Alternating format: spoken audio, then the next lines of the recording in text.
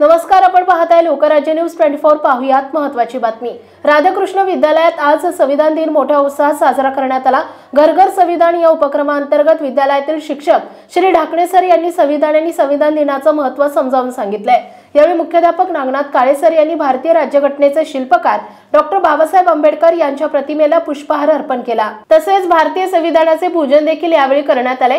यावेळी बोलताना मुख्याध्यापक नागनाथ काळे सर यांनी सांगितले की भारतीय संविधानाने प्रत्येक भारतीयांना मूलभूत हक्क, अधिकार आणि कर्तव्य दिले आहेत। त्याचे प्रत्येकाने आचरण केले पाहिजे। आपली कर्तव्य प्रत्येक नागरिकांनी भारतीयांनी पार पाडली पाहिजे। यावेळी मुख्याध्यापक Nagnath Kale sir, Dhakne sir, Korde sir, Kopnar sir, Pansare sir, Shendge sir, Ghortale sir, Patil madam, Shete madam, Kudale madam, शिक्षक आणि कर्मचारी उपस्थित होते। सूत्रसंचालन कोरडे सर यांनी केले तर आभार प्रदर्शन भाऊसाहेब तेलुरे सर यांनी मानले।